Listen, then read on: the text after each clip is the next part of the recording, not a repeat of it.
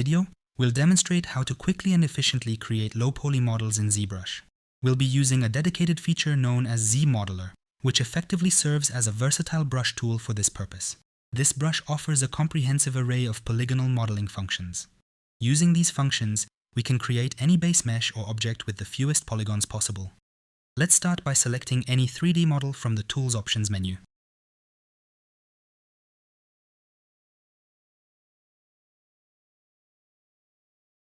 And then convert it into a poly mesh.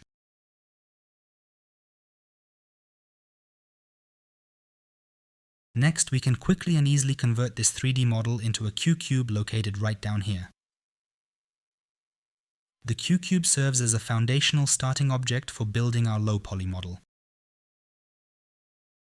Here we can define the mesh resolution of our starting point. For example, we want 5 cubes along the x-axis, 2 along the y-axis, and 2 along z-axis. Then we click on Q-cube again.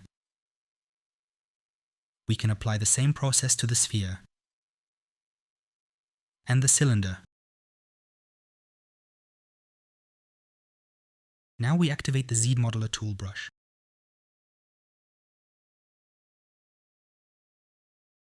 When the ZModeler brush is actively engaged, and we carefully move the mouse cursor over our 3D model, we can clearly see that the mouse cursor dynamically changes its shape and visual appearance depending on whether we are hovering over an edge, a vertex, or a polygonal face.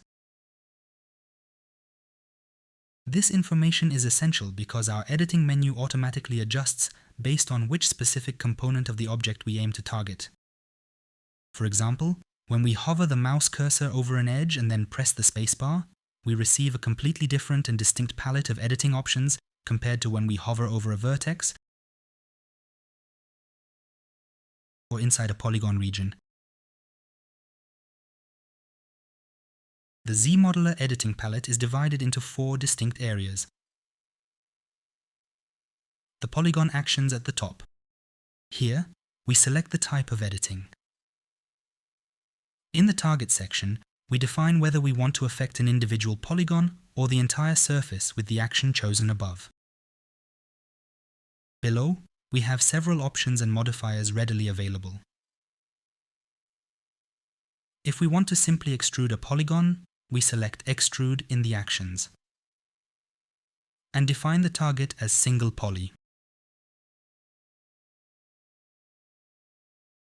In the next video, we will take a closer look at the features of the ZModeler